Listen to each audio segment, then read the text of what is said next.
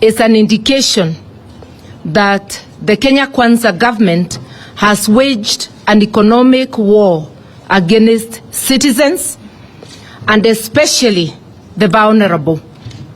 You would expect that during these hard times, there would be measures to cushion the vulnerable. You would expect that food items, critical items, you remember that Azimio has been on the forefront of asking for the lowering of cost of living, actually demanding for the lowering of cost of living.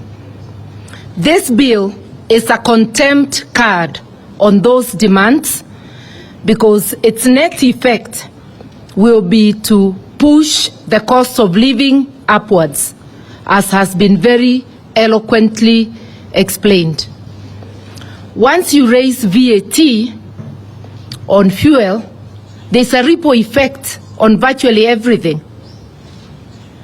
When you tax exempt things that were zero rated, once again, the effect is pushing the prices up of essential items such as medicine, critical medicine.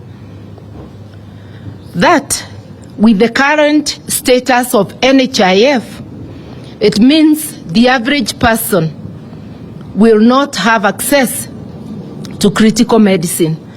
And in Kenya, we say families are just one sickness away from abject poverty. So when you move critical medicines to exempt, tax exempt, and push their prices up, it means this bill is going to directly cause deaths, suffering and death to many Kenyans. It also means that food will be less accessible. Already, we have a crisis of people not being able to have meals on their table. With the joblessness, with the cost of living being up, Kenyans have been shown by the Kenya Kwanza regime that they are on their own. This is happening in a context where the expenditure, non-essential expenditure for the office of the president, for the office of the deputy president, for the prime cabinet secretary, luxury items, they have pushed the budget up for travel, the example being led by the office of the president. They have pushed the amount for purchase of non-essential items, fuel, gasolines.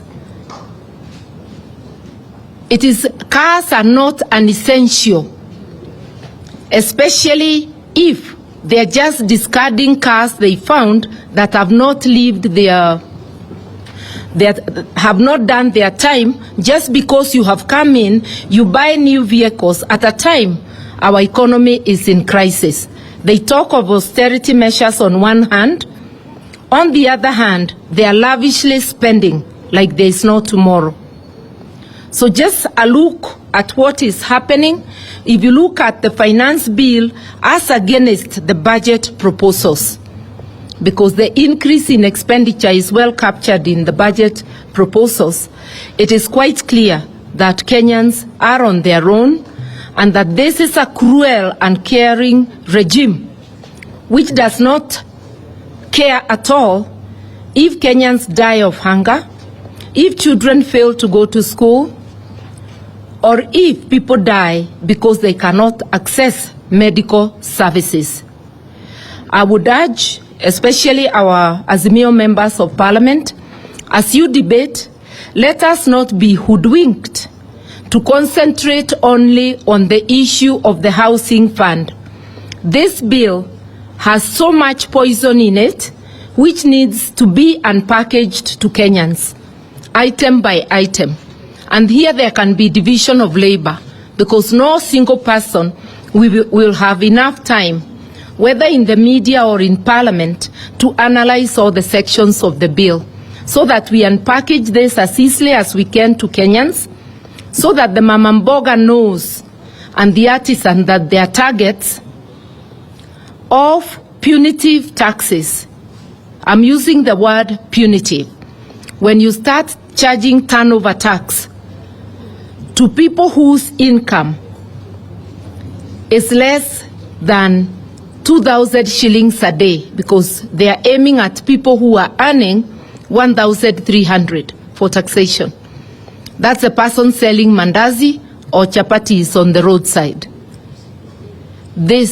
These are very, very punitive measures, and this is something that should be resisted. And if the Kenya Kwanza government goes through with it like they have threatened, Kenyans must get ready to take action, remembering sovereignty is in their hands. And without much ado, I'll call upon my brother, His Excellency